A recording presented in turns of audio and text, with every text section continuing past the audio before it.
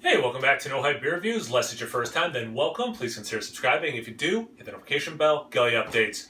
Release time for today's video. The beer's courtesy of Josh. Thanks so much, Josh. I really appreciate it. He sent this to me 2 years ago, so who knows if Josh even still watches. But thank you, Josh, if you are watching. But no, I hope you are. So it's Cellar Saturday. Pick something off my Cellar shelves and review it. And it's one of my favorite things to do. It seems like people are really liking it, so that's always awesome.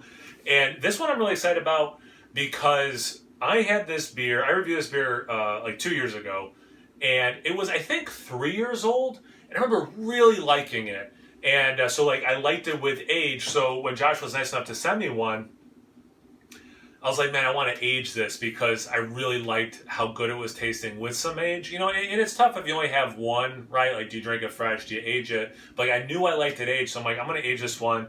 And since taxes were due this week, this seemed like an appropriate beer to do. In the United States. So if you did not submit your taxes yet, you are now late. It's Taxman Brewing. This is bourbon barrel-aged Evasion. When I had reviewed it 2 years ago, it had a different name. It was Death and Taxes, and they rebranded it. That was in a bottle, too. These are cans now. And it's a Belgian-style stout, actually, that's aged in the bourbon barrels. It's 13% ABV. Taxman Brewing Company is now established and has an appearance that promises permanency. But in the world, nothing can be said to be certain except death and taxes. I didn't know what kind of glass to use, even though it's a stout, but it's like a Belgian-style stout. So I ended up going with the Three Philosophers glass from Omegang. I don't know. It's just such a pretty glass. I don't get to use it a lot. Although, speaking of Cellar Saturday, I do have a 10-year-old bottle of Three Philosophers, and we'll be reviewing that sometime in the relatively near future.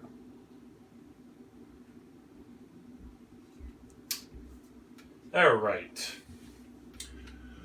so it is that dark brown into black. There is red crimson at the bottom where it's a little thinner, about a finger and a half, finger and a quarter of head. It's a light mocha, small bubbles, some medium-sized bubbles. They are starting to break up. They're not super compact.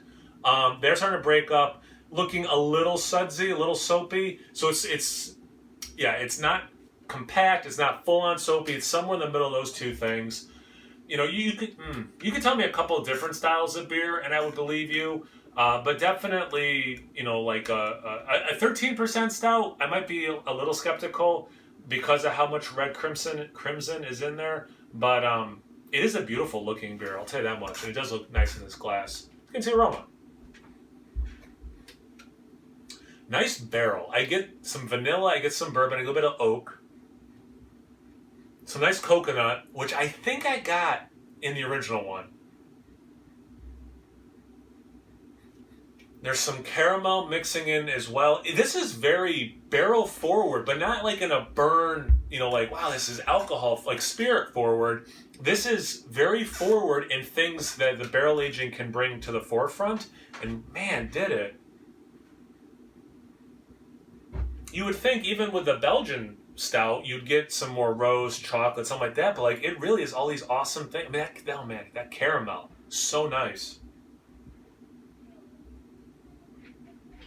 A kiss of that sweet chocolate, but it's really like milk chocolate. It's really, wow. It smells awesome. Let's get into the taste. Cheers. Thanks again, Josh.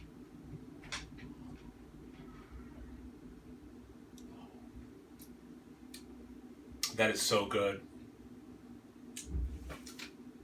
There is like this creaminess to it. I don't know if that's the Belgian yeast. But man, this is close to pastry stout without all the adjuncts that those typically have, right? Like I was saying about the aroma, I mean, you're getting such big notes of caramel, of vanilla. You get some of that toasted coconut. More chocolate. It's that sweet milk chocolate in the taste that I got in the aroma. So it is very candy bar that way. I've used this a lot in reviews, I feel like, lately, where it's like, it sounds like you're talking crap about pastry stouts, but like, this is like the adult version. This is the elevated version, right?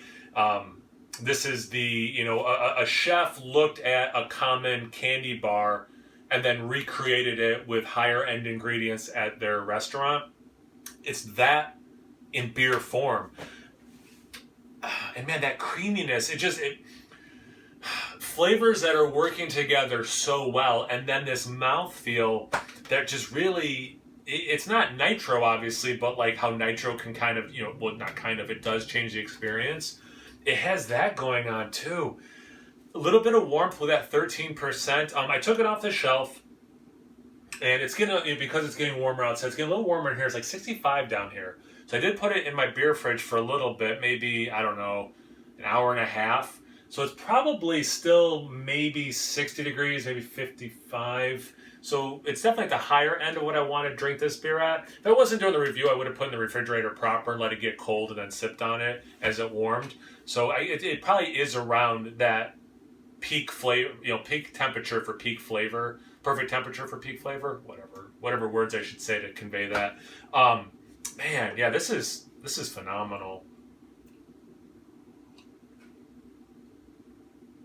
Kiss of black licorice, a whisper of smokiness. That's what I'm saying about like elevating the candy bar-ness of this, is it has some of these subtle notes that you would lose just getting in the, hit in the face with just sugar, right? Yeah, that smoky thing, that is nice. Almost like peaty in the aftertaste, like a nice peaty scotch.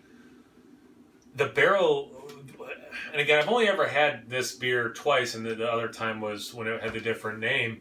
I don't know a ton about this brewery, but I'll tell you what, based on this beer 2 times in a row, different vintages, different years of age on both of them, it's phenomenal. It's a phenomenal beer. If anyone from Taxman is watching this, like, well done. Like, you're 2 for 2 for me in a big way, and I don't say that a lot in reviews. Like, this is phenomenal.